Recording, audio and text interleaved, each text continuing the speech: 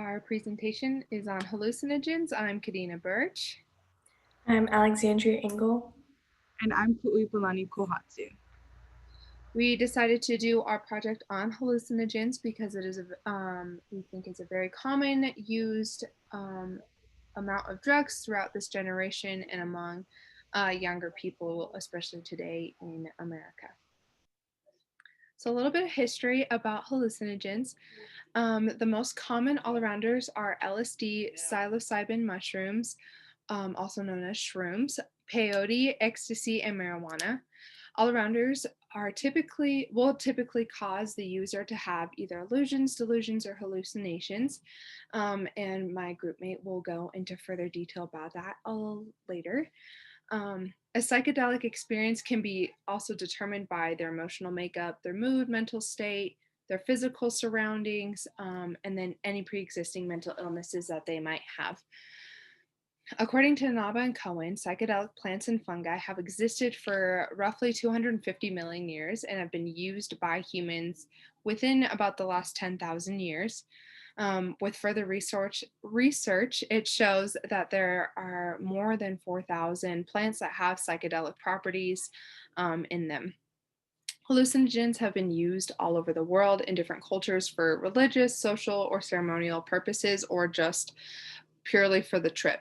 And a majority of psychedelics are actually grown in the Americas, Europe, and Africa.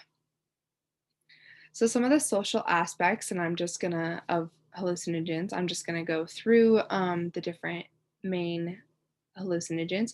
So starting with LSD, it's known as a hippie drug, and it was pretty widely used throughout the 60s and 70s.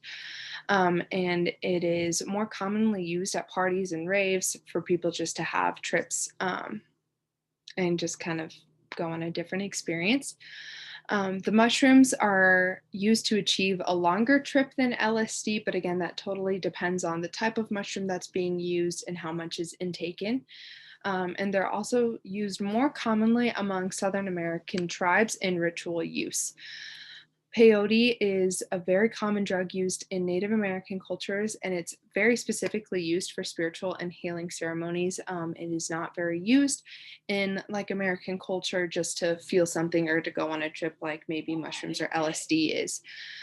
Then there's ecstasy or MDMA, and that is used at parties because it creates a desire to interact with others and move around. It was used in the 70s and 80s by doctors to create deeper empathy and feelings with their clients. And users have said to have higher self-esteem, acceptance of others and themselves, and then an intimacy, but not a sexual intimacy. And it's known as the hug drug. So it's more of like this friendly, feel good kind of a drug. Marijuana in Alba and Cohen say that it is a getaway drug because marijuana users will use together in a group. And then that often leads to a door opening or a gateway to them wanting to experiment with other drugs. And then it's also used medically as a muscle relaxant, painkiller. It's used for seizure disorders like epilepsy, also to help with depression and anxiety. So some of the spiritual aspects, again, as most drug and addictions, they're used to fill this void that they might have in their hearts that they aren't filling with Christ or the Holy Spirit. But again, a lot of these have different aspects to them that are used in certain ritual and ceremonial uses. So LSD, many people said that they were trying to find psychological insight or a quasi-religious experience. The mushrooms, it's very commonly used among shamans, which are healers in South American tribes, such as the Mayans, to connect with the spiritual world, treat illness, solve any problems that they might have within their tribe. And other psychedelics, such as Yage, are used for religious purposes only within the Native American cultures. So rarely do we see it used within a normal American culture. Peyote, again, very common drug in American uses, and then they have actually put a law on it so that it can only be used by Native American cultures, specifically for their healing ceremonies. And they use that to maybe find an illness that's gone undiagnosed by a member of the tribe. Marijuana in early Chinese culture, it was used to communicate with spirits or see demons. And then in African cultures, it's used for many different social, religious, or medicinal ceremonies. So, because of the trips, a lot of people believe that they can see into the spiritual world or have a connection with the spiritual world with these drugs. Okay, thank you. And now that we know a little bit more about the background and history of hallucinogenics, I'm going to talk a little bit about what your loved one or somebody that you know may be experiencing while using psychoactive drugs. So it depends on three things: the drug, the user, and the amount used. The drug, I'm talking about really the amount used, but with different drugs, it could be different. Like with LSD, it only takes this much, and that's a dose. But with peyote, it takes, this much, and that's a dose. And they still have completely different side effects. With the user, as my group member was mentioning, it depends on emotional makeup, the situation that they're in, how they're feeling, their mood. Also, pre-existing mental health condition could vastly affect the effects of some of these psychoactive drugs. So also the amount used or the frequency would be how, let's say with LSD, a first-time user might not expect, or they might not know what to expect, so they don't feel it as strongly as someone who's used it several times. There's a thing that could happen called inverse tolerance, which I'll talk about a little bit later. So just the amount of times used can also affect that. So the effects in general can range from slight euphoria or slight disorientation to intense sensations, including nausea, heart rate is skyrocketing, anxiety, intense anxiety, and then also hallucinations that can be indistinguishable from reality. So we're going to talk about the biological effects first. So especially with LSD, as seen in this picture, the sympathetic nervous system is stimulated, and I mean stimulated. Psychedelics will interfere with dopamine, norepinephrine, acetylcholine, anandamide, glutamate, alpha psychosin, and serotonin. LSD especially, and other indoles will affect the serotonin. I'll talk about that more later too. Also, with all of these drugs affecting our chemical balance in our brain, there can be a crossover of senses known as synesthesia. For example, someone might hear color or see the sounds that they're hearing. So that's a type of effect that will happen when using LSD, for instance. Now, there's three different types that can happen. It's an illusion, a delusion, or a hallucination. An illusion is a mistaken perception of an external stimulus. A delusion is a mistaken idea or belief that cannot be swayed by reason or other contradictory evidence. And then a hallucination is a sensory experience that does not come from external stimuli, where your brain just completely makes it up in general.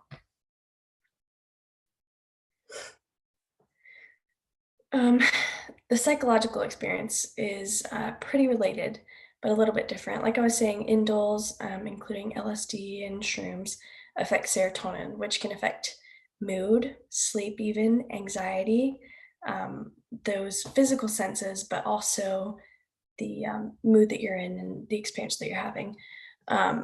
Most of these hallucinogenics don't cause dependence as much as they do tolerance. And I was talking about inverse tolerance. That's where the first time you use, it may create a certain feeling, but then as you use more and more, it may not even take a full dose to feel that, because your brain is used to it, and those pathways are more pathed out, if you will. An example, ecstasy, some of the after effects are more known to be downers, because ecstasy, as my group member was talking about, is a friendly drug, very social, very good feelings in general, but then as you're coming off of the drug, downer. Marijuana causes relaxation and cravings. So those can be some of the feelings that users will feel while using marijuana. Um, some of these hallucinogenics have been known to permanently change one's disposition to moods or their personality permanently. Also, a bad trip versus a good trip on acid specifically. Let's say I go to a party and my friends are using LSD, and I've never used a hallucinogenic at all. I'm not going to be comfortable with it. I'm not going to feel safe at this party. Personally, I'm not a party girl, and I would feel anxious. So if I took LSD, I would have a bad trip. I would be very anxious. I would feel nauseated. I might even feel depressed. And I would be very stimulated and just very anxious the entire time. So that's just one example of how I would be affected by LSD. But here's a video about how LSD specifically can affect people mentally. LSD, also known as acid, is a psychedelic drug famous for altering your perception and creating hallucinations. But how does it actually work, and what is the effect on your body and, more importantly, your brain? Lysergic acid diethylamide was first synthesized in 1938 from a fungus that grew on rye. In 1943, the inventor Albert Hofmann accidentally touched some to his mouth, got high, and became the first person in the world to learn about the psychedelic properties of LSD. Research on the drug took place in the 50s and 60s, but as recreational use began to spread, psychedelic drugs were made an illegal Schedule I drug in the US, and the research programs were halted. While other drugs are dosed in grams, a single dose of LSD is measured in 1/100,000th of a gram, which is 1/10 the mass of a grain of sand.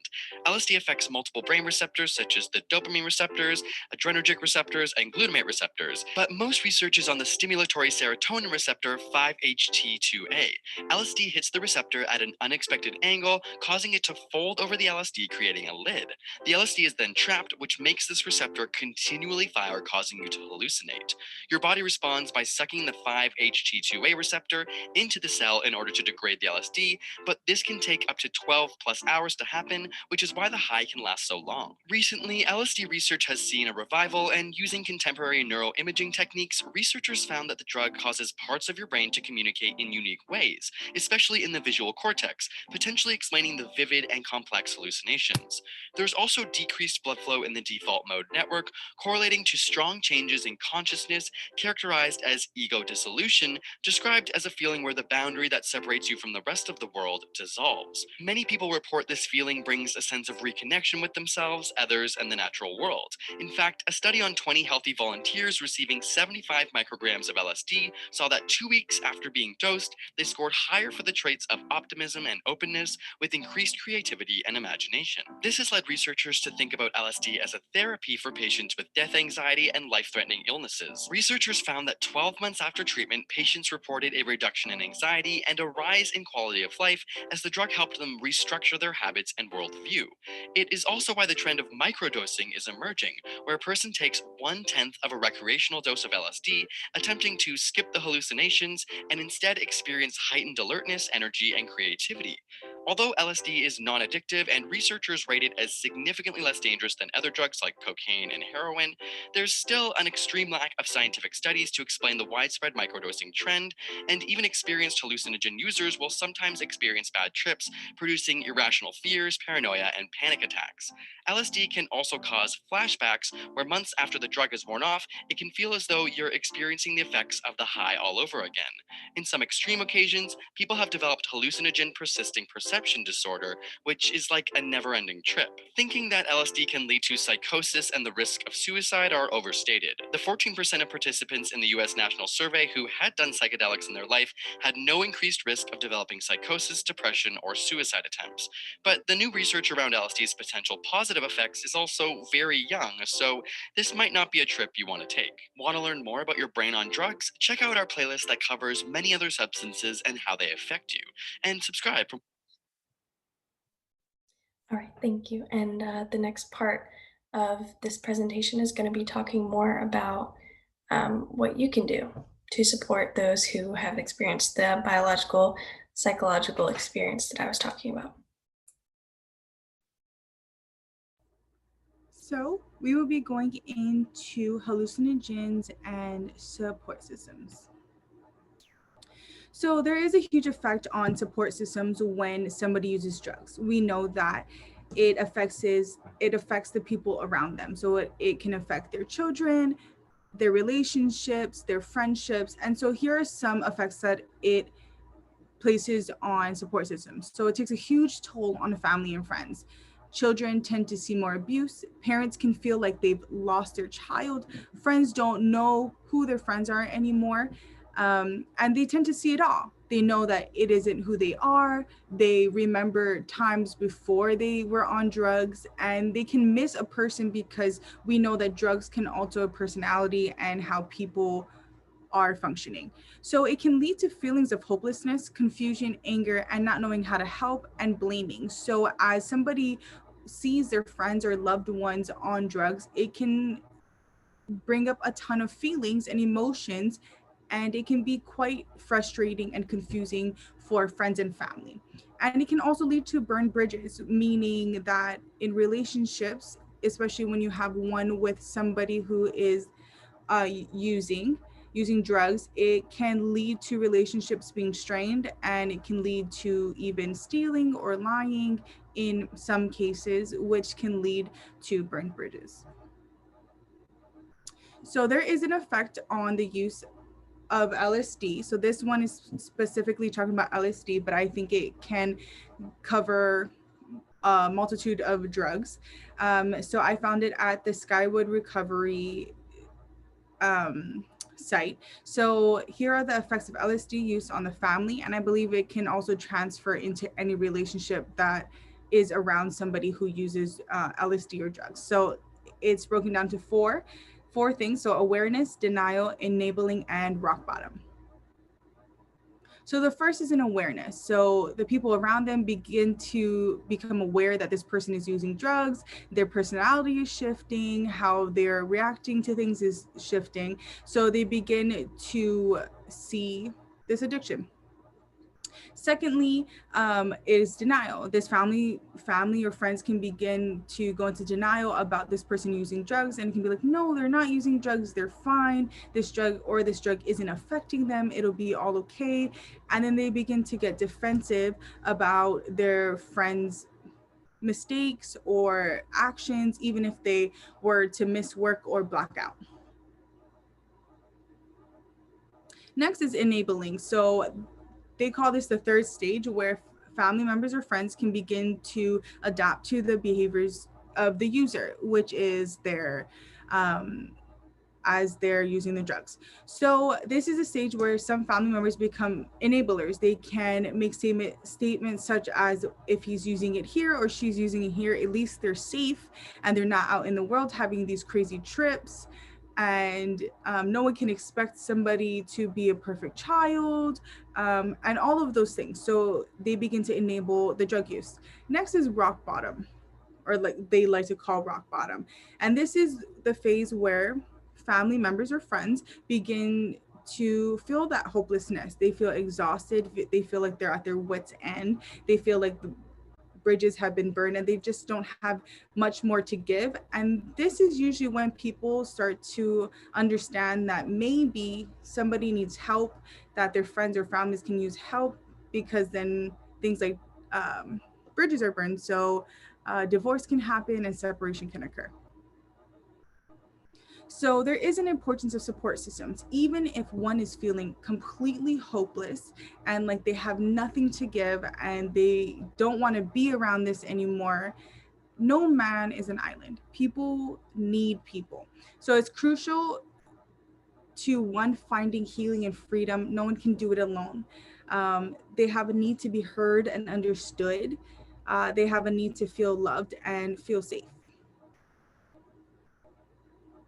So how can we do that? And I believe that we can do that by, the biggest thing is understanding. So are they currently seeking and ready to seek help? Because before anyone can get to a place of helping or supporting, there's some things that we need to assess. So no support system, even though desperately wanting to help, can force someone to get help. They must want and be ready to receive the help that you're trying to give. There must there must be an understanding of their use. So why are they using? What led them to this use? Is it prescribed? Is it used for social purposes, parties, raves, hanging out with friends? Is it used to escape reality? Are they using it because they're in a terrible situation and they don't want to be a part of it or around it anymore? Or are they using it for therapeutic reasons? Do they have anxiety or depression? Because hallucinogens can make one feel a sense of euphoria or nothing at all. So it may be used to escape reality, including illusions and delusions and hallucinations.